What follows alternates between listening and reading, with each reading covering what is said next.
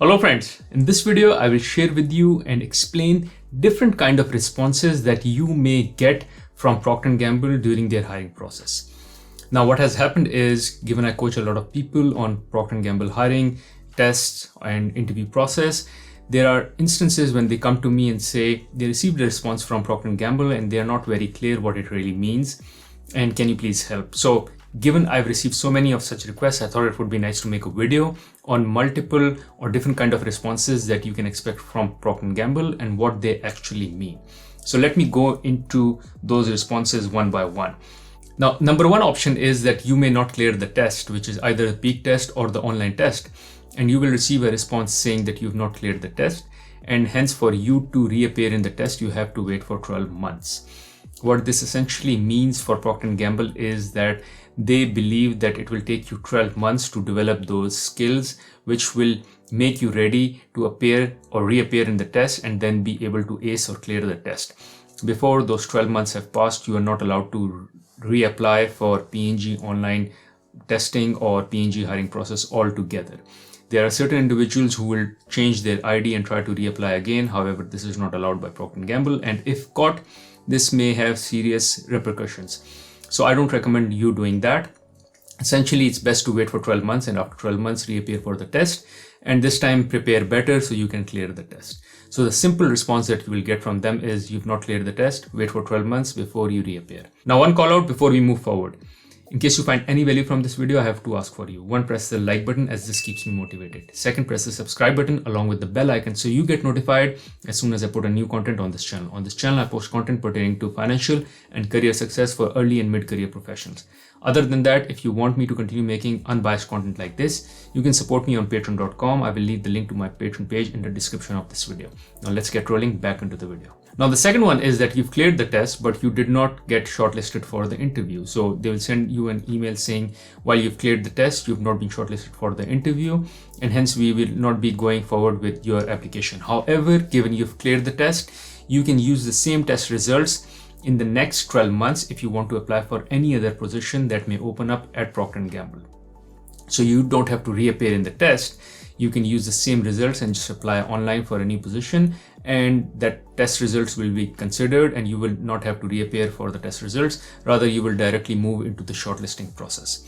Now, why this happens? Why do you get told that while you've cleared the test, you are not getting shortlisted for the interview? This may be because of three reasons. Number one is the role is not hiring anymore. So they've closed down the position and they decided that they don't want to hire for this position anymore. Number two could be that they've already hired for the position, either internally or they already were running the process. You were late in the process. They already found someone or a couple of candidates who they want to move to the final round or to the interview round. And given you applied late or you were holding on to the test and you thought you will prepare for a couple of weeks before you appear for the test. However, during that time, they decided to close on the position. By close, I mean decide with some other candidates and eventually offer the role to some other candidate. And if this happens and you're late in the process, then they will just simply tell you that you did not make it to the interview process. However, you've cleared the test.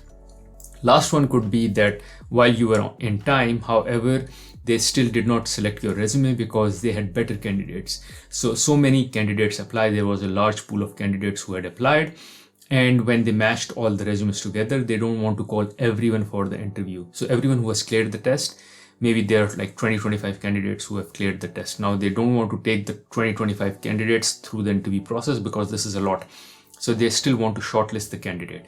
Now they will shortlist based on resume and how strong or how relevant the resume is to the job. And if your resume is not that strong or relevant for the job, then they will shortlist you out and will just tell you that you were not shortlisted for the interview.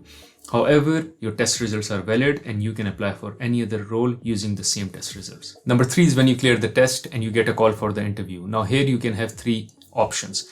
One is that you clear the interview and you get hired. Bingo, that's amazing. Second is that you don't not clear the interview at all. And in that instance, they will just tell you that you will have to wait for another 12 months before you can reapply.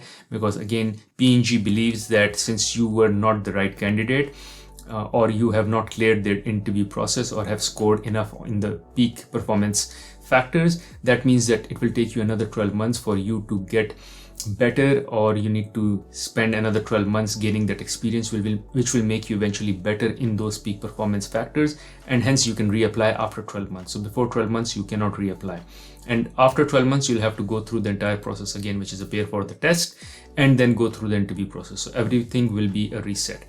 And the third option could be that you did clear the interview but you were not shortlisted as a final candidate because there might be some other candidate who was better than you. In this instance, again, they will tell you that since you cleared the interview but didn't get hired, this means that you are eligible to apply for other roles in Procter & Gamble. So you're not rejected. And in this case, unlike the test, which is valid for 12 months, your interview results are not valid for 12 months. If you apply for a new role, you will still have to go through the entire interviewing process. And if you clear, then you get hired. If not, then you either told that you will have to wait for another role, or you will be rejected because you did not fall on the peak performance factors and did not clear the interview altogether.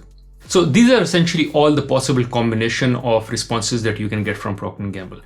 Hopefully after this video, you will have this clarity in terms of whatever response you get, you can read into what it really means. In case you found this video helpful, I'm sure you'll find another video helpful on my channel where I talk about how you can go about acing any behavioral interview. So you can check out that video here. Other than that, there is another video on my channel where I talk about how you can go about introducing yourself. So answering the question, tell me about yourself. You can check out that video here. Thank you.